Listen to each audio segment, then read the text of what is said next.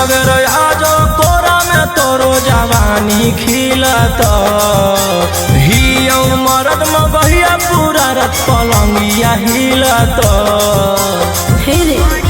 अरे केतना फूस लइनी हमर दिल ने पिघलत चमड़ी वाला चीजवा बिना हमर के ने मिलत केतना फूस लइनी हमर दिल ने पिघलत चमड़ी वाला चीजवा बिना हमर के ने मिलत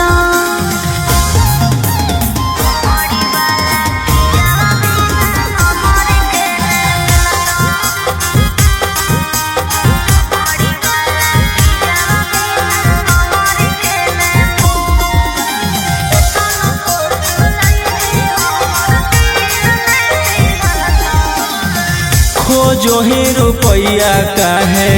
लाइका कुआर से तो निशा चिखा दे छौरी मांगो ही प्यार से सुन प्यार मोहब्बत से भरो है नहीं पेट रे केतना तू देनो पहिले फाइनल कॉले रेट रे कामो न दे तो रुपया जब जवानी ढलत हमर कहल बतिया तोरा बुढ़ापा में खलत अरे केतना फूस लइनी हमर दिल ने पिघलत चमड़ी वाला चीजवा बिना हमर के न मिलत केतना फूस लइनी हमर दिल ने पिघलत चमड़ी वाला चीजवा बिना हमर के न मिलत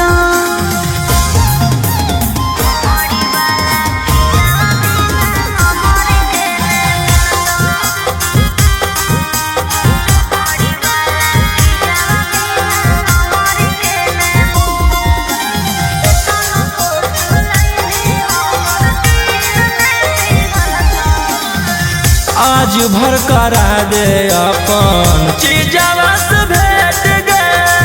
भोरे लिखवाइली हो 12 बीघा खेत गे पहिले देखाओ अपन पेपर जमीन के तबे खैबो हम सवाद नमकीन के अगे राजा रौशन रही रानी बना के रखत तोरा सिवन कौनो दूसर छौड़ी के ताकत।